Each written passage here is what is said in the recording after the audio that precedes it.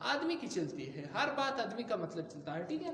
تو میل dominating society ہے، عورت جو مطلب اس جو بچہ پیدا کرنے کی جو مطلب جو وہ پیش کرتی ہے، وہ جتنے مسائل اور مشکلات پیش کرتی ہے وہ سب ویمن پیش کرتی ہے. لیکن اس ریگارڈ میں یا اس کے حوالے سے اس کو کچھ بھی نہیں کہنا ہوتا ہے. مرد نے یہ فیصلہ کرنا ہے، میل نے یہ فیصلہ کرنا ہے کہ how many child he wants, کہ وہ اس کو کتنے بچے چاہیے ہوتے ہیں، اس کو کتنے بچے چاہیے ہوتے ہیں. یہ کون ڈیسائیڈ کرے گا؟ میل ڈیسائیڈ کرے گا. تو میل ڈومینیٹنگ سوسائٹی کی وجہ سے کیا ہے؟ اوور پاپولیشن ہے. It is the second cause. Male dominating society is one of the major factor responsible for overpopulation. کلیم کر دیا، کلیم کو ثابت کرو. کس طرح ثابت کرتے ہو کہ میل ڈومینیٹنگ ہمارے ملک، ہمارا جو معاشرہ ہے وہ میل ڈومینیٹنگ ہے. آدمی کی مطلب جب آدمی کوئی فیصلہ کر لیتا ہے تو اس کو ویمن مطلب اس کچھ نہیں کہہ سکتی اس فیصلے کے اوپر، ٹھیک ہے. تو میل ڈومینیٹنگ سوسائٹی کیا ہے؟ رسپانسبل ہے اوور پاپولیشن. تھرڈ مطلب بہت سارے کازز ہو سکتے ہیں، بہت سارے کازز ہو سکتے ہیں. میرے مطابق ان امپلائمنٹ بھی کیا ہے؟ اوور پاپولیشن کی ایک کاز. اب میں کہوں گا پہلے سینٹینس میں کیچر میں اس میں حکم ہے، میں کہوں گا کہ ان employment is also one of the causes, one of the major causes, one of the key causes of over population. Third paragraph پھر پہلے سینٹینس میں میں نے کلیم کیا.